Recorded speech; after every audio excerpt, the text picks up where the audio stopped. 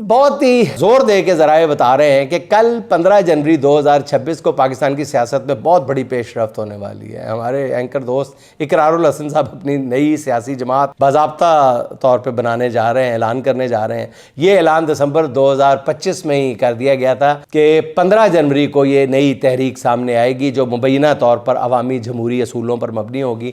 अभी ये जमात वजूद में नहीं आई मगर जालसाजी के इल्ज़ामात लगना शुरू हो गए उस पर। मारूफ सहाफ़ी नजम सेठी साहब ने ट्वीट करके बताया कि प्रोग्राम सरेआम की टीम के कोई बिलाल बेग हैं जो लोगों को उनका नाम लेकर 15 जनवरी को किसी सियासी पार्टी की लॉन्चिंग पे बुला रहे हैं। नजम सेठी साहब कहते हैं कि ना मैं इन लोगों को जानता हूँ, ना उनकी पार्टी से मेरा कोई ताल्लुक़ है। ये है नई जमात बनाने वालों की अखलाकी हालत। नाज़रीन, जमात अभी बनी नहीं, झूठ का कारोबार पहले ही शुरू हो गया है। अच्छा नाज़रीन, वैसे मैं बता दूं कि मुझे भी जो भेजा गया है इकरार साहब ने, वो एक ऐसे ही लगता है, मुझे देखना पड़ेगा कि कहीं मेरा नाम तो इस्तेमाल नहीं हुआ। मेरी भी तस्वीर लगाकर नाम लिख के दावत दी गई है कि दावतनामा बराए जुनैद सलीम।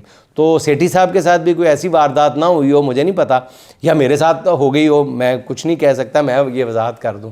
वैसे नई जमात का तासीसी इजलास देखने से ताल्लुक़ रखेगा। देखें कि एंकर साहब के साथ गुलकार भी बढ़ते हैं या वो किसी अगले मरहले में अपने लाखों कारकुनों के साथ इस जमात में ज़म होने का ऐलान कर दें। गुलकार साहब साबिक क्रिकेटर भी पता नहीं नई जमात को बुनियाद रखने उसकी आते हैं या नहीं आते, क्योंकि उन्हें भी सियासत का कीड़ा जो है बड़ी देर से और बड़ी ज़ोर से काट रहा है।